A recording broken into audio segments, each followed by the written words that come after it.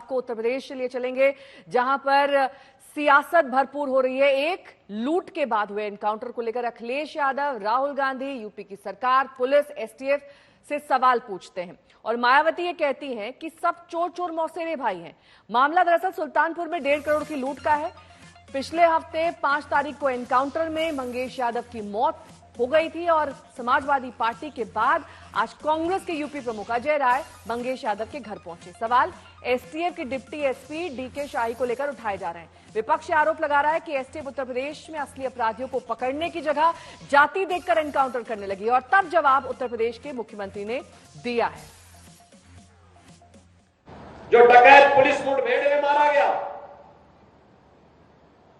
जो मारा गया, अगर वह डकैत जैसे हथियारों का प्रदर्शन करते हुए डकैती डाल रहा है, वहां ग्राहक भी बैठे हैं, ग्राहकों को खड़ा करके एक तरफ करके अगर गोली मार देता तो क्या उनकी जान को ये समाजवादी पार्टी वापस कर पाती क्या?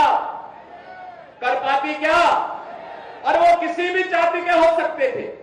अगर डकैत हत्या करके भाग गए और पुलिस के पास सुराग नहीं मिलती तो यही लोग बोलते देखिए साहब अराजकता है। और अगर पुलिस ने पकड़ लिया, कार्रवाई कर दी और फिर मुठभेड़ में, आपसी मुठभेड़ में डकैत मारा जा रहा है तो समाजवादी पार्टी को बुरा लग रहा है, कह रहे साहब ये नहीं होना चाहिए था। तो क्या होना चाहिए था? पूछना चाहिए। उत्तर प्रदेश में हमारी सरकार ने जीरो टॉलरेंस की नीति अपनाई है। जब जनता से जो वादा किया था माफिया मुक्त, भय मुक्त, जितना भी इसमें शामिल रहेंगे अपराधी जितने भी रहेंगे उन्हें कम से कम उत्तर प्रदेश छोड़ के जाना पड़ेगा। माननीय मंत्री जी, सबसे बड़ी चीज है कोई भी पुलिस अगर किसी अपराधी को पकड़ती है दौड़, पहले अपराधी लोग पुलिस को दौड़ाते थे पिछली सरकारों में, हमारी सरकार में पुलिस अपराधी को दौड़ा रही है। अगर अपराधी अपने हिसाब से पुलिस को कुछ तो सुरक्षा में तो पुलिस कुछ नहीं कर सकती। दिन में इनकी समय की व्यवस्था सही रहती तो जनता इन्हें सत्ता से क्यों दूर करती।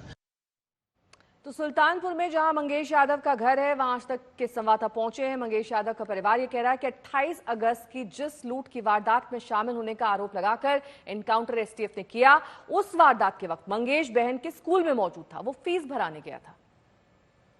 आपके बेटी के ऊपर 8-9 मुकदमे थे, कभी आप लोगों को जानकारी हुई कि वो इतना बड़ा अपराधी है, पुलिस गैंगस्टर एक्ट का मुकदमा लिखी है? यह अपराधी होता सर इतना लेटा नहीं मिलता हो। अब इतना बड़ा छोटा मोटा घर, हम तो अब क्या मैं बोलूं अब आपसे, अब कुछ कहेंगे नहीं, हमारा जो आग बुझ गया, हम सब आप कुछ नहीं कह पाएंगे। उस दिन मंगेश हमारे साथ थे, स्कूल पे गए थे फीस जमा करने के लिए, जो कि हम फीस कार्ड यहाँ घर पे छूट गए, हम फीस जमा नहीं कर पाए, फिर लेकर आए वापस मम्मी को दिए और जब स्कूल से घर हम लौट के आए 2 बजे तो भाई हमारे घर पे ही थे।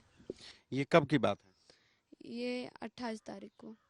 एक चीज ये बताइए कि 28 अगस्त को पुलिस कह रही है कि सुल्तानपुर में जो ज्वेलरी शोरूम में लूट हुई उसमें मंगेश शामिल था 28 तारीख को। नहीं, वहाँ पे वो नहीं गया था, हमें पूरा यकीन है उसके ऊपर, वो नहीं गया था। वहीं उत्तर प्रदेश की पुलिस ये कह रही है कि मंगेश यादव पर कई जिलों में कुल 8 मामले दर्ज थे। आरोप लगता है कि मंगेश पर तो गैंगस्टर एक्ट तक में केस दर्ज हुआ था, लेकिन सच ये भी है कि आरोप लगने का मतलब दोषी हो जाना नहीं होता है। और तब एसटीएफ के मुताबिक मंगेश यादव मोटरसाइकिल पर भाग रहा था जब उसने एसटीएफ की टीम की तरफ से रोके जाने पर फायरिंग की। लेकिन परिवार ये पूछ रहा है कि अगर मंगेश इतना ही बड़ा अपराधी था तो उसका घर झोपड़ी में क्यों है? परिवार ये भी कह रहा है कि उन लोगों के पास साइकिल है, मोटरसाइकिल तक नहीं है। यूपी एसटीएफ ने 5 सितंबर की भोर में सुल्तानपुर में ज्वेलर्स के घर पर हुई डकैती के मामले में जिस 1 लाख के नामी मंगेश यादव को एनकाउंटर में मार गिराया, मैं इस समय पर मंगेश यादव के घर पर मौजूद हूं। ये जौनपुर का अगरौरा गांव है, बक्सा थाना क्षेत्र में पड़ता है, जहां पर ये मंगेश यादव का घर है। आप घर देखिए, ये मंगेश की तस्वीर है। गांव के तमाम अन्य लोग यहाँ पर आ रहे हैं, गांव का बेटा था। ये घर है, आप सिर्फ एक कमरा है जिसमें अंदर पूरी गृहस्थी बसी हुई है। इसी कमरे में घर का जो सामान है, खाने पीने का सामान है, कपड़े हैं, बिस्तर हैं, 10वीं में पढ़ रही बहन की किताबें हैं, वो सब चीजें रखी हुई है। यानी कि पूरी गृहस्थी एक कमरे में रखी हुई है। पिता गुजरात में ट्रक चलाता है। छोटी बहन मंगेश की जो 15 साल की है वो 10वीं में पढ़ाई कर रही है। और ये अब बाहर निकलते हैं तो इस परिवार के रहने के लिए ये एक छोटी झोपड़ी है, यहाँ पर पूरा परिवार गुजर बसर करता था। बेटे की मौत के बाद माँ बेसुध पड़ी है, माँ की हाल खराब है। परिवार व गांव के अन्य लोग आए हैं, ढाढ़स बंधा रहे हैं। ये उनकी माँ है, जो लोग ध्यान रख रहे हैं गांव के लोग।